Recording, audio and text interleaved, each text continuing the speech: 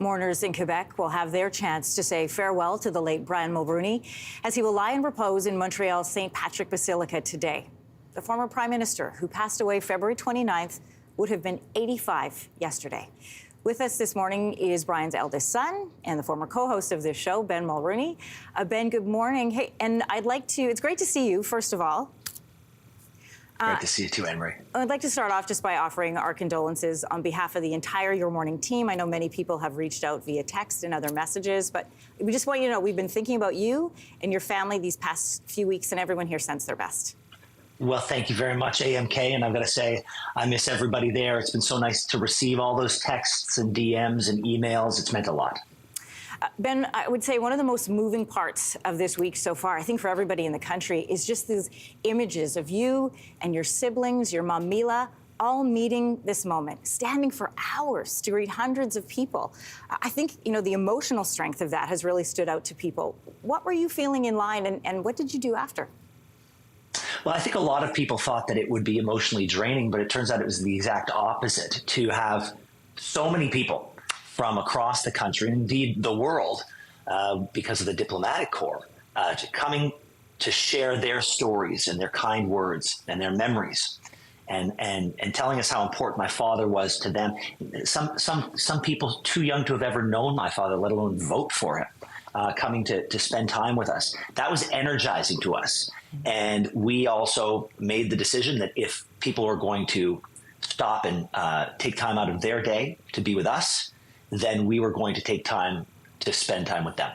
I feel like that is something that would have been really important to your mom, too, to make sure that everybody was there to honor your dad. Hey, Ben, where are you going? Did we lose our signal, Ben? Can you still hear me? Hello? Hey, Ben, are you losing signal? I can.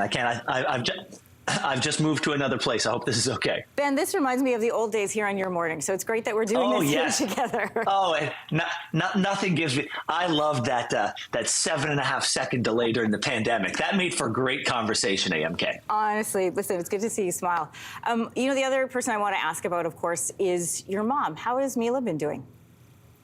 She's been our rock. She has been so strong during all of this. I mean, she was with my dad for 51 years, and not a moment, not a speech would go by, not a conversation would take place where my father would not recognize how vital she was to his success and to the tremendous life that he had. He would be the first person to tell you that the life that he led would have been impossible. It would have been a pipe dream were it not for my mom. And we are witnessing her strength firsthand. She's the one who said, we're going to stand here. We are going to stand here. Originally, they wanted us to take shifts. And we said, no, we're all going to stand here. And we're going to say thank you to everybody who took time out of their day to honor your father. And that's what we've been doing. And we've loved every moment of it. And it's because of her. You've often described it here to us as Fortress Mulroney, and we certainly got a sense of that in the last few days. But part of that, there are 16 grandkids in your clan, and kids can sometimes surprise us with their remembrances of their grandparents.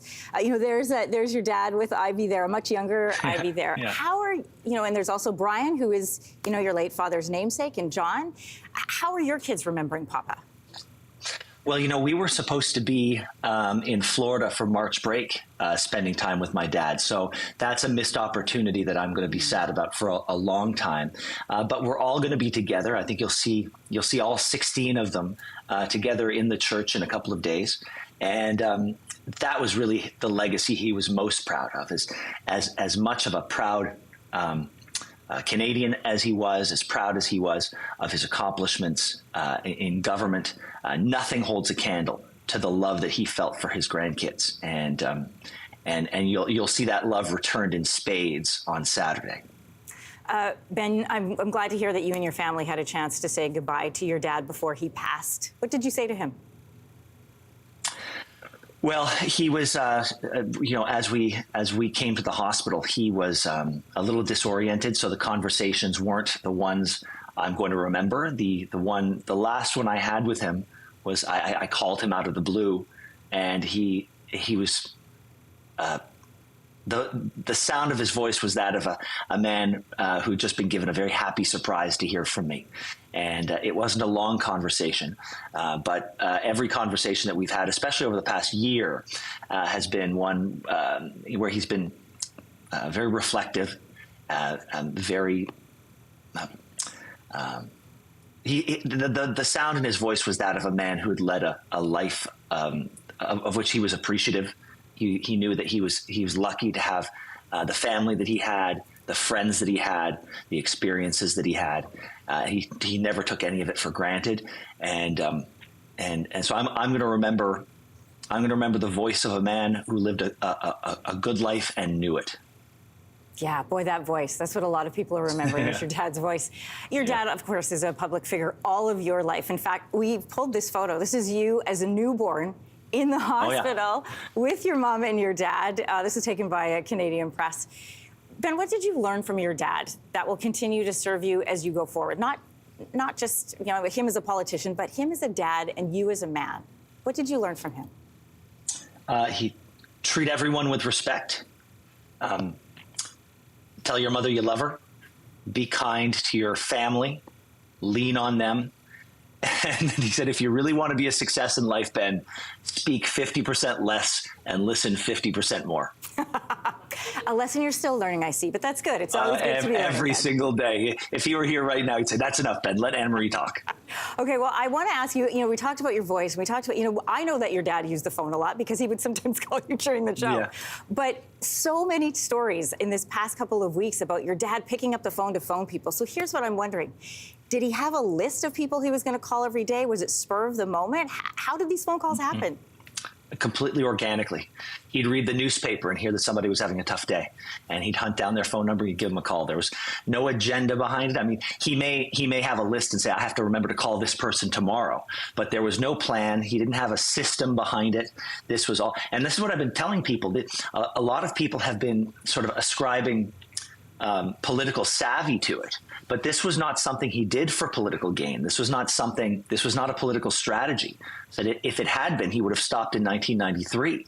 This was simply something that served him in politics, but it was by no means a political skill. This was entirely born of his kindness, of his generous spirit, of his empathy. I mean, he felt for people. When they were having a bad day, it was a bad day for him. And he understood what they were going through. He wanted them to know that. And if they're having a good day, he wanted to be there to champion them, whether it was his success, his victory, or not. And so, yeah, this was entirely who he was. And it just so happens that you could overlay politics on top of it. But it wasn't a political thing by any means. When are the times that you are going to miss being able to pick up the phone and talk to him? I would call him 3-4 times a day sometimes. And sometimes it was a 2-minute conversation. I'll tell you this. If he said he was going to call you back, if he was busy and said he was going to call you back, he would call you back. There was no scenario in which he would forget to call me. He knew that if I was calling, it was because there was something I wanted to talk about. And he knew I wanted to talk about it with him, which meant I needed his counsel. I needed his advice. I needed to hear his voice. And he always followed up every single time. What are you thinking about with him today? You're in Montreal, his home province. He loved being known as the boy from Baie-Comeau. What are you going to be thinking about and missing today?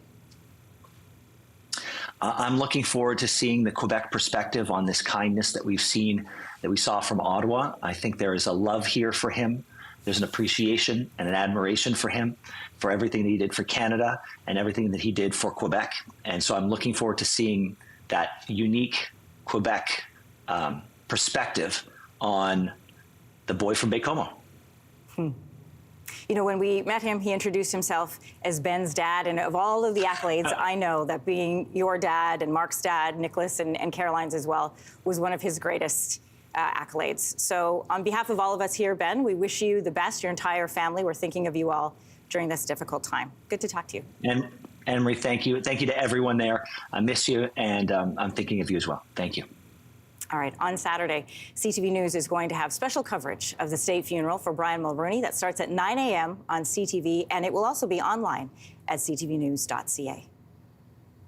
Hey, thanks for watching. If you liked this, be sure to subscribe here, or you can check out more Your Morning videos right here.